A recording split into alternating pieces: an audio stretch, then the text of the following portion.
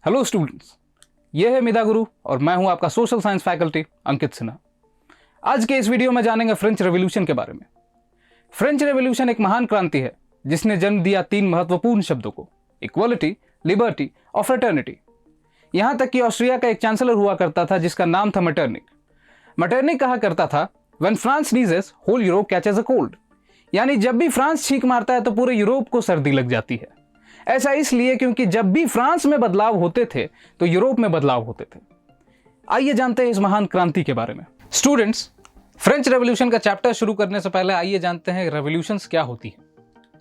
एक रेवोल्यूशन समाज या फिर सिस्टम में एक बुनियादी बदलाव, एक फंडामेंटल चेंज को कहते हैं। तो इसके कुछ कॉजेस भी होते होंगे। कॉजेस सोशल, पॉलिटिकल, इकोनॉमिकल या फिर टेक्नोलॉजिकल।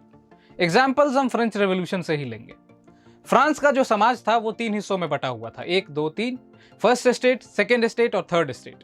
केवल थर्ड स्टेट यानी निचले दर्जे के लोगों को ही टैक्स भरना पड़ता था। ऊपरी दोनों दर्जे के लोग केवल टैक्स खाते थे। तो लोग परेशान हो गए, रेवोल्यूशन कर दी, क्रांति कर दी। पॉलिटिकल कॉजेस देखा जाए तो लुई 16 जो था उसका शासन, उसका राज लोगों के लिए खतरनाक हो गया था।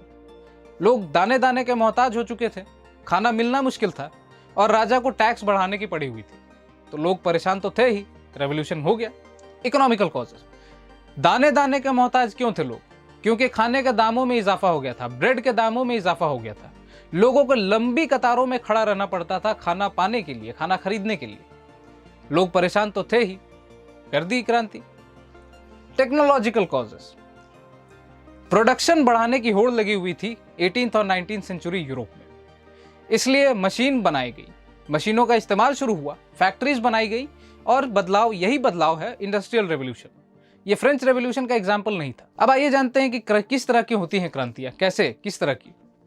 पीसफुल रेवोल्यूशन भी होती हैं और वायलेंस भी हो सकता है। पीसफुल रेवोल्यूशंस का एग्जाम्पल ग्रीन या फिर व्हाइट रेवोल्यूशन। वायलेंट अपराइजिंग्स, जब लोगों को रेजिस्टेंस मिलेगी तो ही वायलेंस होगी। फ्रेंच और रशियन रेवोल्यूशन में वायलेंस हुई थी, लेकिन ये महान क्रांतियां हैं, केवल वायलेंस के हिसाब से आप नहीं देखेंगे इन्हें। क्या असर पड़ता है रेवोल्यूशन से? सरकारें बदल जाती हैं। फ्रेंच रेवोल्यूशन में सरकार बदल दी गई, समाज में बदलाव आया, लोगों को बराबर का दर्जा दिया गया। फ्रेंच रेवोल्यूशन से ही ये मिला। तो change in society, change in culture. देखा जाए तो दास प्रथा जो है एक कल्चरल चीज हो चुकी थी फ्रांस में या फिर यूरोप में, तो इसे खत्म किया गया फ्रेंच रेवोल्यूशन के बाद। स्लेवरी सिस्टम, स्लेवरी कहते हैं इसे अबॉलिश कर दिया गया 1793 में। तो फ्रेंच रेवोल्यूशन ने समाज में भी बदलाव, संस्कृति में भी बदलाव दिए। तो फ्रेंच रेवोल्यूशन ने हमें क्या दिया? फ्रेंच रेवोल्यूशन ने हमें 3 आइडियाज दिए: इक्वालिटी, लिबर्टी और फ्रेटर्निटी। आप अगर अपनी एनसीईआरटी की किताब खोलेंगे और शुरुआती पन्नों को पलटेंगे तो प्रियम्बल में आपको दिखाई दे जाएंगे ये 3 वर्ड। जानते हैं क्या है? आइए जानते हैं ये सब क्या है। पहली बात है equality. Equality is a sense of being equal to one another, specially in status, rights और अपॉर्चुनिटीज। स्टेटस, अधिकार यानी राइट्स और अपॉर्चुनिटीज को लेकर आपके साथ भेदभाव नहीं किया जाएगा। दूसरी चीज है liberty. Liberty, a sense of being free within the society from oppressive control by an authority on one's way of life. कोई भी सरकार, कोई भी अथॉरिटी आपको आकर ये नहीं कह सकती कि हमने नियम बनाए हैं और उन नियमों को पालन करके आपको अपनी जिंदगी बितानी है। अगर आप मुझसे कहेंगे कि आप कॉन्स्टिट्यूशन देख ले, वो सेट ऑफ रूल्स हैं, तो कॉन्स्टिट्यूशन ने आपको फ्रीडम प्रदान करके रखी है। अंतिम चीज है फ्रेटर्निटी, भाईचारा। Brotherhood among the people of a society, a sense of loving the citizen of the nation. समाज में लोगों के बीच भाईचारा। देखा जाए तो ये जो शब्द है, ये जो कॉन्सेप्ट है, इसे आज तक रियलाइज नहीं किया जा सका है, साक्षात नहीं किया जा सका है, क्योंकि लोग भाईचारा केवल जान पहचान के लोगों के साथ ही रखते हैं। अनजान लोगों से आप ये नहीं कहेंगे कि आओ गले मिलते हैं, आप मेरे भाई हैं। तो आइए जानते हैं फ्रेंच रेवोल्यूशन की कहानी को। ये जो फोटो आप देख रहे हैं यहाँ पे, ये जो लोग हैं, ये इस फोर्ट्रेस प्रिजन को, इस जेल को तोड़ने के लिए आए हैं। इसका नाम है बैस्टिल। फ्रेंच रेवोल्यूशन के टाइम में फ्रांस का जेल हुआ करता था। 14 जुलाई 1789 को, 14 जुलाई 1789 को फ्रेंच रेवोल्यूशन की शुरुआत हुई। 7000 लोग पेरिस के टाउन हॉल के पास खड़े हुए जाकर, और उन्होंने पीपल्स मिलिशिया बनाई। क्यों बनाई? क्योंकि बैस्टिल यानी जेल को तोड़ना था। 2 कारण थे इसके। पहला कारण कि उन्हें गोली बंदूकें चाहिए थी, और दूसरा कारण it stood for the tyrannical power of the king, मतलब ये राजा के तानाशाही शासन का एक प्रतीक हुआ करता था। तो लोगों ने बैस्टिल को तोड़ दिया, उसके बाद फिर उसके पत्थरों को याद के तौर पर बेचने लगे कि हमने जेल तोड़ दी है। फ्रांस में कुछ दिनों तक दंगे फसाद चलते रहे। ये देखिए फोटो में आप एक दंगाई इंसान को देख सकते हैं। ज्यादातर लोग विद्रोह इसीलिए कर रहे थे, रिवोल्ट इसीलिए कर रहे थे क्योंकि ब्रेड के दाम बहुत ज्यादा बढ़ गए थे। इन्हीं घटनाओं के कारण फ्रांस एक कॉन्स्टिट्यूशनल मोनार्की बन गया, एक संवैधानिक राजतंत्र बन गया। कॉन्स्टिट्यूशनल मोनार्की में एक कॉन्स्टिट्यूशन होता है, एक मोनार्क यानी किंग होता है, और किंग को कॉन्स्टिट्यूशन में लिखे हुए रूल्स और रेगुलेशंस के हिसाब से शासन चलाना होता है, रूल करना होता है। इसके बाद 1793 में जैकोबिन्स नाम की एक पॉलिटिकल पार्टी ने सरकार हथिया ली। सबसे पहला काम उन्होंने ये किया कि लुईस 16 को मौत की सजा सुना दी, और उसी के कुछ दिनों बाद मारी एंटवानेट को भी मौत की सजा सुना दी गई। मारी एंटवानेट फ्रांस की महारानी थी। आइए जानते हैं फ्रेंच रेवोल्यूशन के बारे में, कॉजेस क्या थी, कारण क्या थे। लोगों का जीवन अगर शांतिपूर्ण होता तो वो विद्रोह क्यों करते, सीधी सी बात है। तो फ्रेंच सोसाइटी के बारे में अगर जानेंगे तो थोड़ा समझ में आएगा। फ्रेंच सोसाइटी जो थी वो 10 स्टेट में बटी हुई थी, फर्स्ट स्टेट, सेकंड स्टेट और थर्ड स्टेट। फर्स्ट स्टेट में कौन थे? क्लर्जी के लोग, चर्च के लोग। सेकंड स्टेट में कौन थे? नोबल लोग, जिन्हें हम रईस कह सकते हैं। ये वो रईस लोग हैं जो राजा के तलवे चाटकर नोबिलिटी का नाम पाते थे। थर्ड स्टेट में big businessman, lawyers, pageants and artisans, small pageants and servants, ये लोग थर्ड स्टेट में। अब आइए जानते हैं कुछ खासियत फ्रेंच सोसाइटी की। तो पहली खासियत है कि 90% लोग जो थे पेजेंट्स, आर्टिजन्स या फिर स्मॉल पेजेंट्स थे। अब ये क्या बात हुई? 10% लोग अमीर हैं, 90% लोग गरीब हैं। आर्थिक विषमता देखिए, समझ में आएगा थोड़ा कि क्यों रेवोल्यूशन कर रहे थे। 60% land owned by nobles, church and rich members of the third society. 60% land जो था वो किसके पास है? अमीर लोगों के पास है। Privileges for first and second state from the birth, जन्म के साथ ही फर्स्ट एंड सेकंड स्टेट को कुछ अधिकार मिल गए थे, जैसे एग्जम्पशन फ्रॉम टैक्सेस, इन्हें टैक्स नहीं भरना पड़ता था। टेथ के बारे में बात करते हैं। टेथ चर्च के द्वारा कलेक्ट किया हुआ टैक्स। चर्च टैक्सेस लेते थे 1/10 ऑफ एनुअल प्रोड्यूस, जो भी प्रोड्यूस हुआ, जो भी उत्पादन हुआ, उसका 1/10 चर्च को देना पड़ता था। टेल ऐसा टैक्स जो सीधे राजा के पास जाता था, राजा को देना था। और सबसे अंतिम बात, जो सबसे मेन बात है, सबसे गौर करने वाली बात है फ्रेंच सोसाइटी के बारे में, कि केवल थर्ड स्टेट को ही टैक्स भरना था, बाकी लोगों को टैक्स नहीं भरना था, केवल थर्ड स्टेट यानी गरीब लोग ही टैक्स देंगे।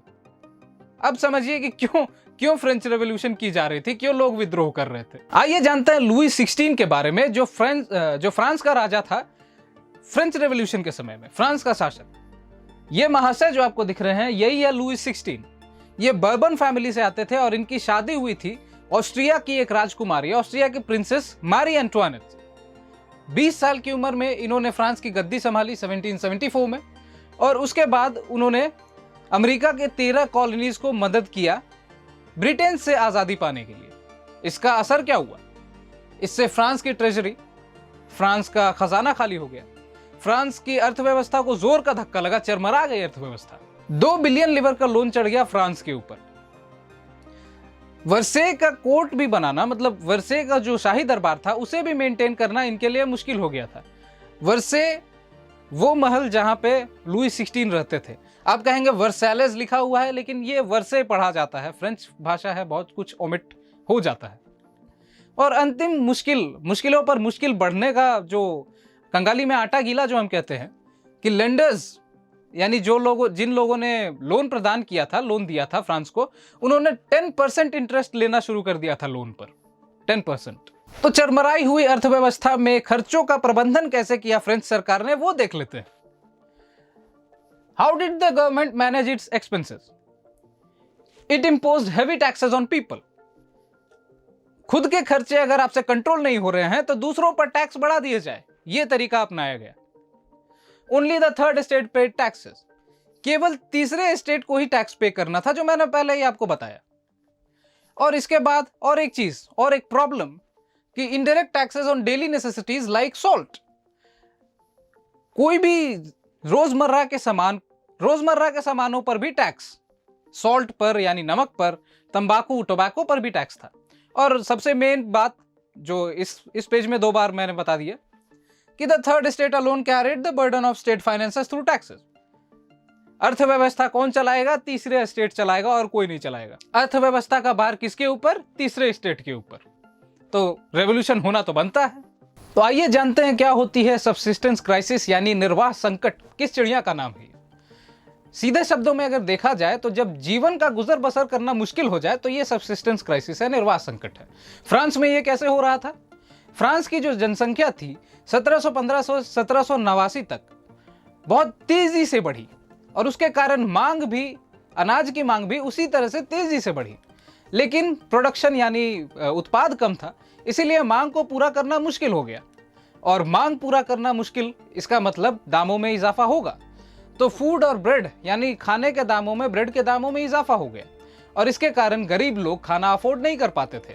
और आपको मैंने बता कर रखा है कि 90% लोग, फ्रांस के 90% लोग गरीब थे। और इन्हीं सभी चीजों को कहते हैं सबसिस्टेंस क्राइसिस, निर्वाह संकट। ये फ्रांस में एक आम बात थी, नॉर्मल सी बात थी कि सबसिस्टेंस क्राइसिस आ रहे हैं और जा रहे हैं। ओल्ड रेजिम फ्रांस में, ओल्ड रेजिम फ्रांस किसे कहते हैं? France before 1789। जब भी रेवोल्यूशंस होते हैं तो उसके पीछे कुछ आइडियल्स होते हैं, कुछ लोग होते हैं, कुछ किताबें होती हैं जिन्हें पढ़कर लोग रेवोल्यूशन की नींव रखते हैं। तो उन्हीं किताबों में से कुछ किताबों के बारे में हम देखेंगे इस स्लाइड में। आइए देखें।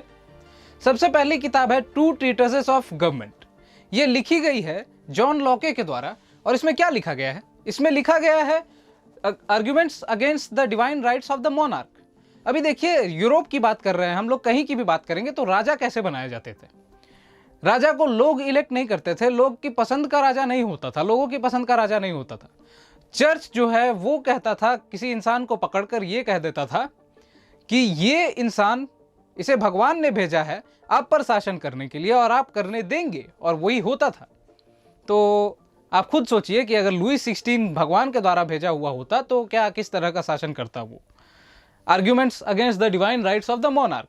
तो इस किताब में यही लिखा गया है कि राजा जो है वो डिवाइन नहीं है, वो दैवीय शक्तियों के साथ नहीं आया है, उसके पास दैवीय अधिकार भी नहीं है। अगली किताब है द स्पिरिट ऑफ लॉज, जिसे लिखा है मॉन्टेस्क्यू ने। तो मॉन्टेस्क्यू ने क्या लिखा, थोड़ा देखा जाए। मॉन्टेस्क्यू ने दिया आइडिया लेजिस्लेटिव, एक्सिक्यूटिव और जुडिशरी का।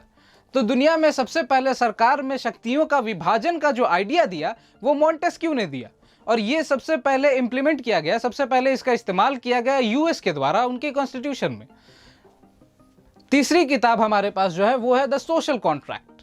इसे लिखा है जॉन जॉक्स रूसो ने, और इसमें है यूनिवर्सल अडल्ट फ्रेंचाइज के बारे में, यानी हर इंसान को वोट देने का अधिकार होता है। अब इसमें कुछ टर्म्स एंड कंडीशंस होते हैं, वो हम बात करेंगे आगे। तो आगे देखते हैं थोड़ा सा।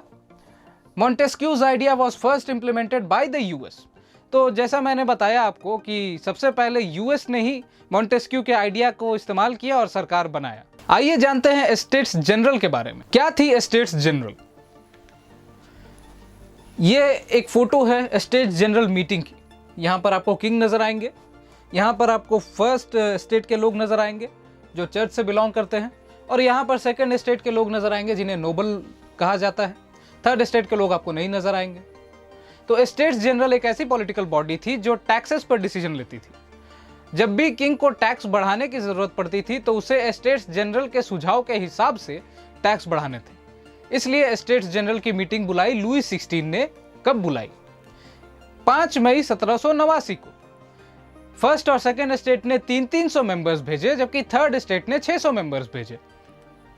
यहां आप देखेंगे States General political body which took decision on taxes, जो मैंने बताया। Peasants, artisans and womens were denied entry to the assembly. तो छोटे लोगों को असेंबली में नहीं आना था। आप पूछेंगे कि सर यहाँ पर कुछ औरतें नजर आ रही हैं, तो जो औरतें आपको दिख रही हैं उनका डिसीजन मेकिंग में कोई भी हाथ नहीं होता था। फ्रेंच रेवोल्यूशन की शुरुआत कैसे हुई थी, अब ये जानते हैं। मैंने आपको बताया कि 5 मई 1789 को स्टेट्स जनरल की मीटिंग बुलाई गई, और इस मीटिंग में हर स्टेट के पास एक वोट होता था। यानी आप 300 मेंबर्स भेज ले या 600 मेंबर्स भेज ले, वोट आपके पास केवल एक ही होगा। लेकिन थर्ड एस्टेट का आइडिया था कि हर मेंबर के पास एक वोट होना चाहिए, यानी कि 1200 मेंबर्स जब वहां प्रेजेंट थे तो 1200 मेंबर्स के पास अलग अलग वोट होंगे, 1200 वोट होंगे। लेकिन किंग ने इस आइडिया को रिजेक्ट कर दिया। इसके कारण थर्ड स्टेट के लोग विद्रोह करते हुए, प्रोटेस्ट करते हुए असेंबली छोड़कर चले गए और स्टेट्स जनरल की मीटिंग फेल हो गई। इसके बाद 20 जून 1789 को ये लोग, मतलब ये क्राउड, थर्ड स्टेट का क्राउड वर्से के टेनिस कोर्ट में जमा हुआ और कहा हम लोग हैं नेशनल असेंबली। इस नेशनल असेंबली के लीडर कौन, इस भीड़ की लीडर कौन? मीराबो और एबेसियस। मीराबो ने जर्नल्स निकाले और स्पीचेस देना शुरू कर दिया, भाषण देना शुरू कर दिया। और एबेसियस कौन थे? एबेसियस एक पादरी थे, एक प्रीस्ट थे, जिन्होंने लिखी थी एक पैम्पलेट जिसका नाम था what is the third state, third state क्या है। तो आप यहां पर एक तस्वीर देख पाएंगे, ये है टेनिस कोर्ट ओथ की तस्वीर। ये नेशनल असेंबली के लोग जमा है और यहां पर एक ओथ ली जा रही है, एक वादा किया जा रहा है। इसके बाद क्या हुआ, एक और तस्वीर देख ले। ये तस्वीर शुरुआत के स्लाइड पर थी। ये फ्रांस के लोग, ये लोग बैस्टिल को तोड़ने के लिए जा रहे हैं। तो देखिए, फ्रांस के लोग ज्यादातर लोग इसलिए राइट्स कर रहे थे, इसलिए दंगे कर रहे थे क्योंकि ब्रेड के दाम बहुत ज्यादा हो गए थे। हार्वेस्ट खराब हुई थी, फसल खराब हुई थी, जिसके कारण ब्रेड के दाम बढ़ गए थे, ब्रेड की कमी हो गई थी। लोगों को लंबी लंबी कतारों में खड़ा रहना पड़ता था ब्रेड खरीदने के लिए, सुबह से शाम तक। गुस्से में आई हुई महिलाओं ने, गुस्से में आई हुई औरतों ने स्टोर्स पर ही धाबा बोल दिया, दुकानों पर ही धाबा बोल दिया। और इसके बाद किंग को जब पता चला कि विद्रोह करने लगी है, भीड़ विद्रोह कर रही है, तो उसने पेरिस में अपने ट्रूप्स भेज दिए, अपने सेना भेज दी। लेकिन इसका पता चलते ही लोग और भी उत्तेजित हो गए, भीड़ और भी उत्तेजित हो गई और फ्रेंच रेवोल्यूशन का शुरुआत हो गया, फ्रेंच रेवोल्यूशन शुरू हो गई। तो आइए जानते हैं कि क्या परिणाम निकले, क्या रिजल्ट हुए फ्रेंच रेवोल्यूशन के। सबसे पहली बात कि लुईस 16 को नेशनल असेंबली को मान्यता देनी पड़ी। इसके बाद फ्रांस एक कॉन्स्टिट्यूशनल मोनार्की बनने जा रहा था। 4 अगस्त 1789 को सामंतवाद का अंत कर दिया गया। अब इसे हम समझेंगे थोड़ा। अब देखिए, एग्जाम्पल से समझेंगे। इंडिया का एग्जाम्पल ले लेते हैं कि इंडिया में एक सेंट्रल गवर्नमेंट है और उसके नीचे स्टेट्स गवर्नमेंट्स है। सेंट्रल गवर्नमेंट पूरे इंडिया पर निगरानी रखती है, पूरे इंडिया को देखती है, मैनेजमेंट करती है, और स्टेट गवर्नमेंट्स को स्टेट्स देखना पड़ता है। तो स्टेट्स में सीएम होते हैं। अब यहां पर हम एग्जाम्पल जब ले रहे हैं तो कंपैरिजन भी कर लिया जाए फ्रांस से। फ्रांस में किंग था जो सेंट्रल गवर्नमेंट था, और उसके अंदर नोबल्स आते थे।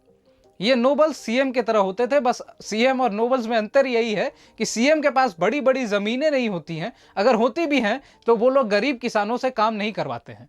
और ये जो नोबल्स थे, इनके पास बड़ी बड़ी जमीनें थी और उन पर गरीब किसान काम करते थे और कभी कभी उन किसानों को पैसा भी नहीं दिया जाता था। तो जब सामंतवाद का अंत हुआ तो क्लर्जी के मेंबर्स को भी अपने प्रिविलेजेस, अपने अधिकार छोड़ने पड़े। और इसके बाद क्या हुआ, इसके बाद चर्च के पास जितनी भी जमीन थी उसे छीन लिया गया, हड़प लिया गया, कन्फिस्केट कर लिया गया, सीज कर लिया गया, आप जो भी कह ले। इसके बाद इन सभी एक्शन में फ्रांस की जो आने वाली सरकार थी उसे लगभग 2 बिलियन लीवर की संपत्ति प्राप्त हो गई। तो फ्रेंच रेवोल्यूशन के बाद क्या हुआ? मैंने आपको बताया कि फ्रांस एक कॉन्स्टिट्यूशनल मोनार्की बन गया था, एक संवैधानिक राजतंत्र बन गया था, जहां राजा का शासन तो था मगर संविधान के हिसाब से उसे शासन करना पड़ता था। तो आइए जानते हैं थोड़े इसके बारे में। ये फोटो आपको दिख रही होगी, ये नेशनल असेंबली की फोटो है। फ्रांस का सबसे पहला जो कॉन्स्टिट्यूशन था उसे 1791 में ड्राफ्ट किया गया। इस कॉन्स्टिट्यूशन की खासियत ये थी, संविधान की खासियत ये थी कि इसमें सरकार की शक्तियों का विभाजन लेजिस्लेटिव, एक्सिक्यूटिव और जुडिशियरी में कर दिया गया। अगर आपको पता ना हो तो मैं बता दूं कि लेजिस्लेटिव जो होती है वो नियम बनाती है, जुडिशियरी जो होती है वो न्यायपालिका होती है, और एक्सिक्यूटिव जो होती है वो नियमों को लागू करवाती है। उसका काम है नियमों को लागू करवाना। नेशनल असेंबली लॉ बनाती होगी, लॉ बनाएगी। ये इनडायरेक्टली इलेक्टेड होती थी। इसका यह मतलब है कि लोग सीधे अपने नेताओं को इलेक्ट नहीं करते थे, सीधे अपने नेताओं को नहीं चुनते थे।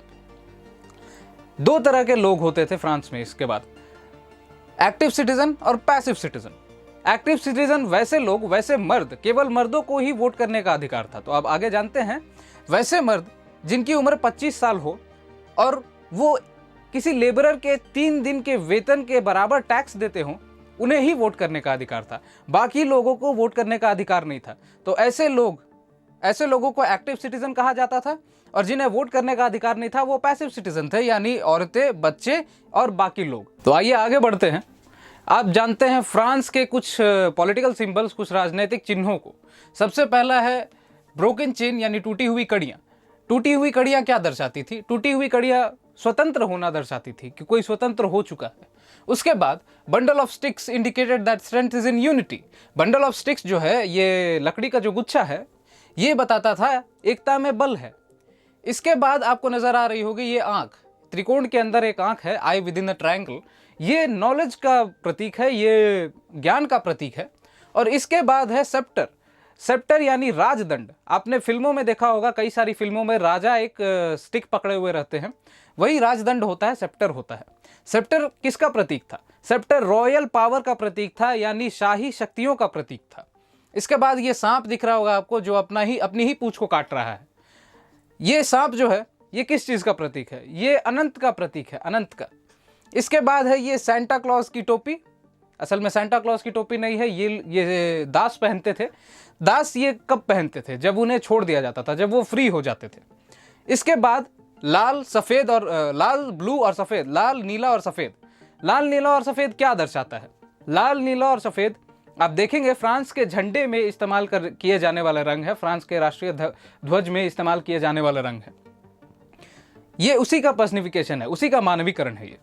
इसके बाद ये पंखों वाली औरत, विंग्ड वुमन जो है, ये कानून का पर्सनिफिकेशन है, कानून का मानवीकरण है।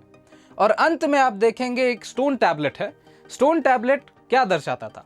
स्टोन टैबलेट दर्शाता था that law is same for all and all are equal before it, यानी कानून सबके लिए बराबर है और कानून के सामने सब लोग बराबर हैं। अब आइए जानते हैं कहानी, फ्रांस रिपब्लिक यानी गणतंत्र कैसे बना। देखिए, फ्रेंच रेवोल्यूशन के बाद फ्रांस में जो स्थितियां थी वो वॉलेटाइल थी, बहुत खराब हो गई थी, और ये आस पड़ोस के देशों के लिए ठीक नहीं थी। लुईस 16 जो राजा था, वो प्रशिया और ऑस्ट्रिया के राजाओं के साथ मिलकर षड्यंत्र रचने वाला था फ्रांस की गद्दी वापस यहाँ आने के लिए। लेकिन उससे पहले नेशनल असेंबली ने ऑस्ट्रिया और प्रशिया के ऊपर 1792 में वॉर घोषित कर दिया कि हम तुमसे युद्ध करेंगे। मार्सेलेस जो था, उसे नेशनल एंथम घोषित कर दिया। मार्सेलेस के रचयिता जो थे, उनका नाम था रॉजर डे लायल। फ्रांस में पॉलिटिकल क्लब्स लोकप्रिय हो गए, फेमस हो गए। ऐसा इसलिए क्योंकि लोग जो थे, उनके जो मेंबर थे, पॉलिटिकल क्लब्स के जो मेंबर थे, वो लोग सरकार की नीतियों को डिस्कस करते थे, और जो लोगों को पसंद भी होती है। आप देखते होंगे कि चाय की दुकान पर 4 बूढ़े इंसान बैठे हैं और वो सरकार की नीतियों को डिस्कस कर रहे हैं। इसके बाद देखते हैं कि जो सबसे सक्सेसफुल, सबसे सफल पॉलिटिकल क्लब था, उसका नाम था जैकोबिन क्लब। 1792 में, 1792 में जैकोबिन क्लब 21 साल या उससे ऊपर के लोगों के लिए मत का अधिकार पाने में सफल हो गया था, वोटिंग राइट्स पाने में सफल हो गया था। इसके बाद फ्रांस में एक नई सरकार बनाई गई जिसका नाम था द कन्वेंशन। द कन्वेंशन ने फ्रांस में राजतंत्र का अंत कर दिया, मोनार्की को खत्म कर दिया, और यह घोषित किया कि फ्रांस जो होगा अब एक गणतंत्र होगा, अब एक रिपब्लिक होगा। आइए जानते हैं फ्रेंच रेवोल्यूशन के टाइम में जो सबसे सक्सेसफुल पॉलिटिकल क्लब था, जैकोबिन क्लब, उसके बारे में। जैकोबिन क्लब को ज्वाइन कौन करता था, किस तरह के लोग होते थे, क्या कपड़े पहनते थे, ये जानते हैं। तो ये आपको तस्वीर दिख रही होगी, एक कपल है। ये इन महाशय ने लंबी लॉन्ग स्ट्राइप ट्राउजर्स पहनी हुई है, और इन मोहतरमा ने भी लॉन्ग स्ट्राइप स्कर्ट पहनी हुई है। ये इस तरह के कपड़े इसलिए पहनते थे ताकि ये नोबल से खुद को डिस्टिंग्विश कर सके, दिखा सके कि हम लोग नोबल से अलग हैं। तो जैकोबिन क्लब को ज्वाइन करने वाले लोग मिडिल क्लास सोसाइटी से आते थे, जैसे छोटे दुकानदार हो गए, आर्टिसांस जिन्हें हम शिल्पकार कहते हैं, वो लोग। They wore long striped trousers to distinguish themselves from nobility। जो मैंने आपको अभी बताया कि नोबल से अलग दिखने के लिए वो लॉन्ग स्ट्राइप ट्राउजर्स और स्कर्ट्स पहनते थे। इसके बाद इन लोगों को, इस तरह के कपल को, इन लोगों को कहते थे सैन क्यूलोर, जिसका मतलब होता है those who do not wear knee braces। अब आप पुराने ज़माने के नोबल्स की अगर तस्वीरें देखेंगे तो वो घुटने तक एक मोजे की तरह दिखने वाली चीज़ पहनते थे, जिसकी हिंदी मुझे नहीं आती। तो Jacobins wearing long stripe trousers were called sans-culotte. इसके बाद आगे बढ़ते हैं। सैन-क्यूलोट मेन वो रेड कैप, जो मर्द होते थे वो लाल टोपी पहनते थे। ये जो टोपी है ब्लैक एंड व्हाइट दिख रही है, लेकिन असल में ये लाल टोपी है, सेंटा क्लॉज की टोपी है। सेंटा क्लॉज के जैसे टोपी है, सेंटा क्लॉज की टोपी नहीं है। विच सिग्निफाइड लिबर्टी, तो ये जो लाल टोपी है ये क्या दर्शाती थी? ये लिबर्टी, फ्रीडम दर्शाती थी, स्वतंत्रता दर्शाती थी। लेकिन औरतों को लाल टोपी पहनने नहीं दी जाती थी। ऐसा क्यों करते थे ये समझना थोड़ा मुश्किल है। डिस्क्रिमिनेशन औरतों के साथ पुराने ज़माने में होती थी, अभी भी काफ़ी हद तक होती है। आइए जानते हैं रेन ऑफ टेरर के बारे में। रेन ऑफ टेरर क्या था? ये जो महाशय, ये जो इंसान आपको नजर आ रहे हैं, इनका नाम है मैक्सिमिलियन रॉबिस्फियर। 1793 से 1794 तक फ्रांस में इन्हीं की सरकार थी, यही हेड ऑफ गवर्नमेंट थे। ये जो समय था 1793 से 1794, ये टोटलिटेरियनिज्म का समय था, यानी सर्वाधिकारवाद का समय था। सरकार के खिलाफ कुछ बोलना जुर्म होता था, और अगर आप अपराधी पाए जाते हैं, अगर कोई अपराधी पाया जाता है तो उसे गिलेटीन में भेज दिया जाता था। लेकिन ये गिलेटीन नाम की चिड़िया क्या है? गिलेटीन एक ऐसी मशीन थी जिसे लोगों का सर धड़ से अलग करने के लिए बनाया गया था, एक्सिक्यूशन के लिए बनाया गया था, और इसे बनाया था डॉक्टर गिलेटीन ने, इसीलिए इसका नाम पड़ गया गिलेटीन। आइए आगे जानते हैं रेन ऑफ टेरर के बारे में। क्या क्या बदलाव हुए फ्रांस में? तो फ्रांस के समाज में लोगों के बीच समानता, इक्वलिटी लाने के लिए कई सारे बदलाव किए गए। तो उनमें से कुछ सिग्निफिकेंट बदलाव देखे जाए। पहला बदलाव था कि लोगों को पेन द इगलिटे खाने के लिए मजबूर किया जाता था। पेन द इगलिटे जो है उसे इक्वलिटी ब्रेड कहते हैं, जो होल व्हीट से बना हुआ ब्रेड था। लोग एक दूसरे को सिटिजन कहकर पुकारते थे, ना कि मिजिया और मदाम। मिजिया यानी सर और मदाम यानी मैडम। जितने भी चर्च थे फ्रांस में, उन्हें या तो बैरक्स की तरह इस्तेमाल किया जा रहा था आर्मी को रखने के लिए, या फिर दफ्तरों की तरह, ऑफिस की तरह इस्तेमाल किया जा रहा था। अब इसका थोड़ा परिणाम भी जान ले क्या हुआ। रॉबिस्पियर की नीतियों से, रॉबिस्पियर की पॉलिसी से उसके खुद के पार्टी के मेंबर्स, खुद के पार्टी के सदस्य तंग आ चुके थे। उसे 1794 में गिरफ्तार किया गया, उस पर मुकदमा चलाया गया, और अंत में उसे मौत की सजा सुना दी गई, उसे गिलेटीन में भेज दिया गया। आगे बढ़ते हैं, जानते हैं फ्रांस की नई सरकार के बारे में। जब 1794 में रॉबिस्पियर को मौत की सजा सुना दी गई तो जैकबिन गवर्नमेंट जो थी, जैकबिन सरकार जो थी, वो गिर गई। इसके बाद एक नई सरकार आई। नई सरकार मिडिल क्लास लोगों से बनी थी, जो लोग ऊंचे दर्जे के मिडिल क्लास लोग थे उनसे बनी हुई थी, उनके द्वारा बनाई गई थी। तो ये लोग, नई सरकार जो थी, ये जो नई सरकार थी, ये एक नया संविधान लेकर आई, और इस नए संविधान ने उन लोगों से वोट देने का अधिकार छीन लिया जिनके पास संपत्ति नहीं थी। ज्यादातर अगर देखा जाए तो उन लोगों से अधिकार छीन लिया गया जिनके पास जमीन नहीं थी। इस संविधान में 2 विधानमंडलों का प्रबंधन था, और ये 2 विधानमंडल आगे जाकर एक डायरेक्टरी बनाते थे। तो डायरेक्टरी क्या थी और क्यों बनाया जाता था?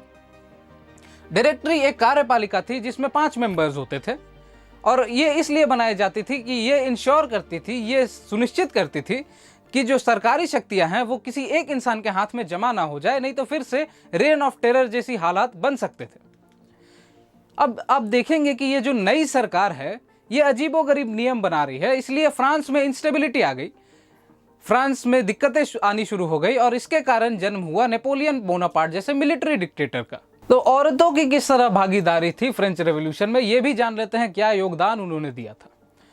देखिए, औरतें भी भागीदारी लेती थी फ्रेंच रेवोल्यूशन के समय में, अलग अलग क्रांतियों में। ऐसा इसलिए ताकि आने वाली जो सरकारें थी वो उनकी जिंदगियों की तरफ देखे और फिर उनकी जिंदगियों को बेहतर बनाने के लिए कदम उठाए। फ्रांस में औरतों ने, महिलाओं ने पॉलिटिकल क्लब्स बनाने शुरू कर दिए, अखबार पब्लिश करना शुरू कर दिया। देखा जाए तो फ्रांस में 60 अलग अलग वुमेन्स क्लब खोले गए अलग अलग जगहों पर। इनकी मांग क्या थी? महिलाएं मांग कर रही थी मर्दों के बराबर पॉलिटिकल राइट्स की, यानी राजनीतिक अधिकारों की। उन अधिकारों में क्या क्या था? राइट टू वोट, मत देने का अधिकार, right to be elected to the assembly, विधानमंडल में चुने जाने का अधिकार, और right to hold political office, यानी नेतृत्व का अधिकार। तो आइए देखते हैं औरतों की गतिविधियों का परिणाम क्या निकला। ये जो आप तस्वीर देख रहे हैं, ये मैरी एंटवानेट की एक्सिक्यूशन की तस्वीर है। जब उन्हें मौत की सजा सुनाई गई थी, गिलेटीन में भेजा गया था, तभी की तस्वीर है। देखिए, रेन ऑफ टेरर के समय औरतों की पॉलिटिकल क्लब्स को जबरदस्ती बंद करवा दिया जाता था, और औरतों की राजनीतिक गतिविधियों पर बैन लगा दिया गया था। उन्हें राजनीतिक गतिविधियां करने से रोका जाता था। बहुत सारे विशिष्ट व्यक्तियों को, विशिष्ट औरतों को गिरफ्तार कर लिया जाता था, और आगे जाकर कुछ लोगों को, कुछ उनमें से कुछ को मौत की सजा भी सुना दी जाती थी। उनमें से एक एग्जाम्पल है ओलिम्पिया डी गोर्जेस। अगली 2 शताब्दियों तक औरतें अलग अलग मूवमेंट्स करती रही, अलग अलग विद्रोह करती रही ताकि उन्हें राइट टू वोट मिल सके और बराबर वेतन का अधिकार मिल सके। लेकिन 1946 वो साल था जब उन्हें पहली बार फ्रांस में राइट टू वोट मिला। आइए जानते हैं स्लेवरी के बारे में, दास प्रथा के बारे में, कि फ्रांस में दास प्रथा के बारे में क्या हुआ। जैकबिन गवर्नमेंट ने दास प्रथा को खत्म कर दिया। कैरिबियन, मार्टिनिक, ग्वाडेलूप और सान डोमिंगो से इंडिगो, टोबैको और शुगर एंड कॉफी सप्लाई होते थे। इंडिगो यानी नील, टोबैको यानी तंबाकू, शुगर एंड कॉफी तो आप जानते ही होंगे। देखिए, यूरोपियन जो लोग थे, यूरोप के जो लेबरर्स थे, वो उपनिवेशों में जाने से कतराते थे। इसलिए यूरोप, अफ्रीका और अमेरिका के बीच में ट्रायंगुलर स्लेव ट्रेड शुरू हुआ।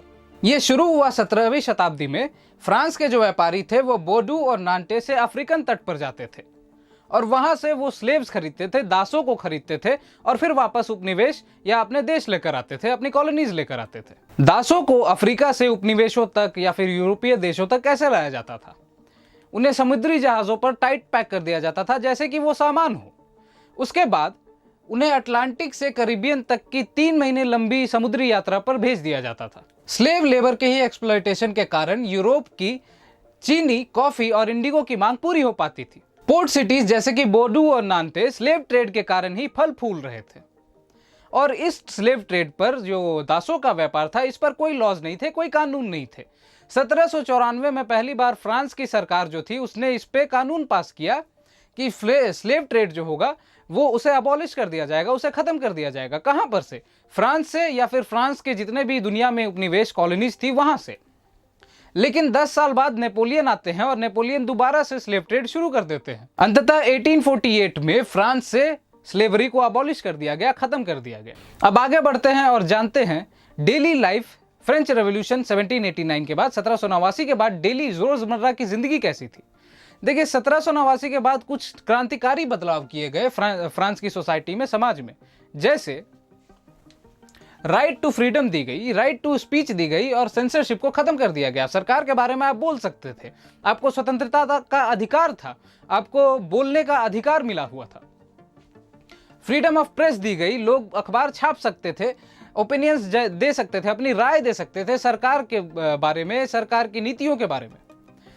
नाटक बनाए जा रहे थे, गाने बनाए जा रहे थे, फेस्टिवल सेलिब्रेट किए जा रहे थे ताकि लोगों को अपनी ओर खींचा जा सके और यह बताया जा सके कि आप फ्री हो, आपके पास लिबर्टी है और आप न्याय के अधिकार रखते हैं, राइट टू जस्टिस आपके पास है। अब जानते हैं नेपोलियन बोनापार्ट के बारे में। यह जो इंसान आपको डैशिंग सा इंसान नजर आ रहा है, यही है नेपोलियन बोनापार्ट। 1804 में नेपोलियन बोनापार्ट ने फ्रांस की गद्दी हथिया ली। उसके बाद वो निकल पड़ा अलग अलग देशों को जीतने के लिए, यूरोप के देशों को। उसने अलग अलग नए कानून लागू किए, कानून बनाए, नियम बनाए, जैसे प्रोटेक्शन ऑफ प्राइवेट प्रॉपर्टी, लोग निजी संपत्ति रख सकते थे। Uniform system of weights and measures was introduced. देखिए, समान प्रणाली बनाई गई वेट्स एंड मेजर्स के लिए। लोग इन्हें लिबरेटर की तरह देखते थे, मुक्तिदाता की तरह देखते थे।